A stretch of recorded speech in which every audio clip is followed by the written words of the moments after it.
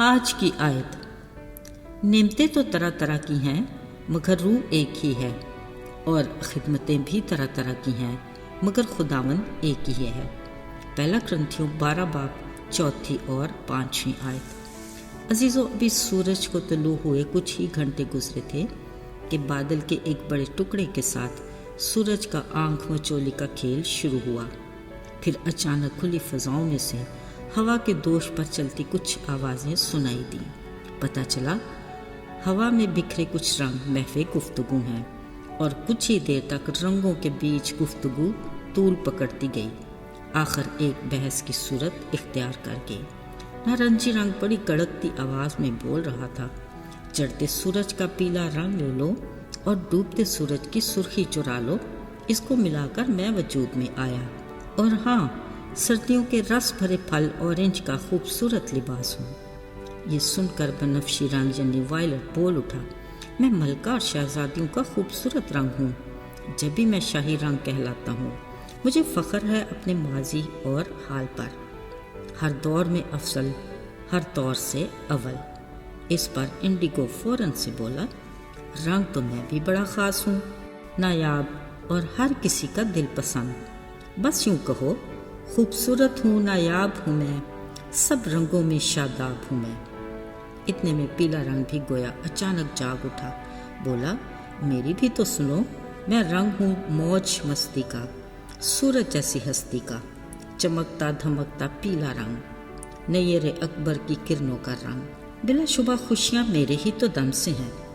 ادھر سبز رنگ جو کافی دیر سے خاموش تھا بولا، اصل میں تو میں ہوں تازگی کا خوبصورت احساس، سبز رنگ، موسم بہار میں چہار سو ہریالی صرف میرے ہی دم سے ہے۔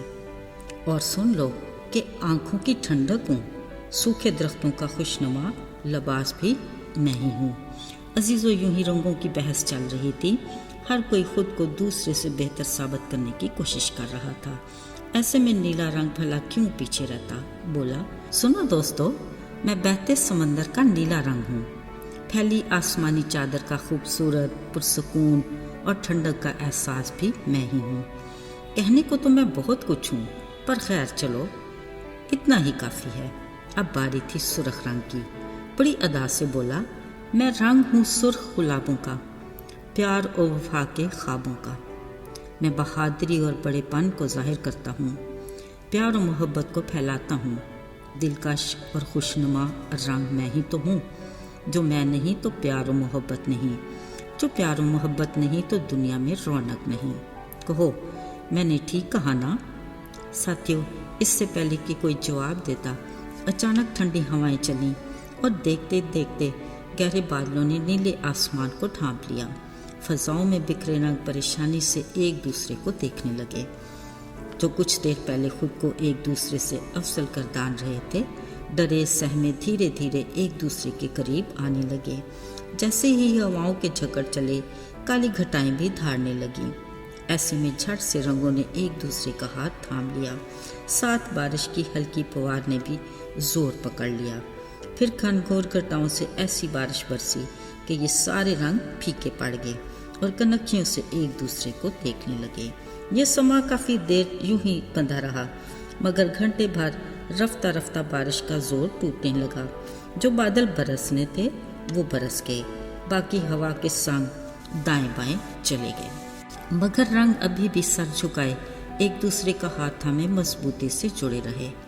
قدرت خدا کی، جو بارش رکی تو سورج کے بادلوں کے ساتھ آنکھ مچولی کے کھیل بھی تمام ہوئے، تو سورج کی کرنوں نے اپنا ایسا جلوہ دکھایا کہ سر جھکاتے مات پڑے رنگ یوں جگمگا اٹھے کہ پاس ہی دھلی فضاؤں میں ان رنگوں سے بننے والی خوبصورت کوسے قزح نمودار ہوئی۔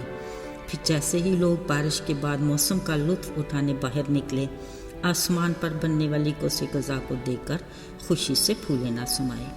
7 رنگوں سے بنی یہ کمان آج بھی ہم انسانوں کو نوح کے طوفان کے بعد خدا کے خوبصورت وعدے کی یاد دلاتی ہے کہ میں زمین پر پھر کبھی ایسا بڑا پانی کا طوفان نہیں لاؤں گا، جو عزیزو آج تک قائم ہے۔ صرف یہی نہیں، 7 رنگوں کی یہ دھنک ملاپ، فروتنی اور محبت کا درس بھی دیتی ہے اس حقیقت سے انکار نہیں کیا جا سکتا کہ انسان کی انفرادی حیثیت کچھ بھی نہیں، مگر اجتماعی طور پر مل کر ہر مشکل کا مقابلہ کرنا آسان ہو جاتا ہے اور نیکی کے کاموں کو احسن طریقے سے سر انجام دیا جا سکتا ہے۔ پھر یسوع مسیح کا ارشاد اعظم ہم سب کے لیے ہے۔ یاد رہے، جب یسوع نے اپنے شاگردوں کو بیماریوں پر اختیار دے کر منادی کے لیے ادھر ادھر بھیجا تو انہوں نے 2 کو مقرر کیا، مطلب وہ بھی اجتماعی خدمت کو پسند کرتے ہیں۔ گھریلو معاملات ہوں یا کلیسیائی ذمہ داری، ہمیشہ ٹیم ورک کو اہمیت دی جاتی ہے۔ لہٰذا خدا کے فرمان کے مطابق فروتنی سے ہر کوئی دوسرے کو اپنے سے بہتر سمجھے، محبت سے دوسرے کا ساتھ دیں اور میل ملاپ سے آگے بڑھتے جائیں۔ کلام مقدس کی ہدایت کے مطابق ہمیں چاہیے کہ ایک دوسرے کا بوجھ اٹھائیں، یوں مسیح کی شریعت کو پورا کریں۔ آئیے دعا کریں۔ زندہ جلالی آسمانی باپ، لشکروں کے رب، ہم بڑے ایمان کے ساتھ تیرے حضور میں حاضر ہوتے ہیں کہ تو با اختیار ہے اور واحد خدا ہے، تو جیسا کوئی اور نہیں۔ ہمارے ایمان کو بڑھا اور ہمارے بھروسے اور یقین کو کبھی ٹوٹنے نہ دینا۔ ہماری ذات میں سے انا اور خودی کے بت کو توڑ، تاکہ ہم روز اپنی اسلیب اٹھا کر تیرے پیچھے چلتے رہیں۔ ہماری اس راہ پر رہنمائی فرما جس کی منزل ہمیشہ کی زندگی ہے۔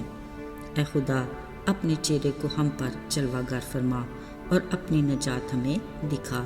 یسوع کے بابرکت اور مبارک نام میں مانگتے ہیں، آمین۔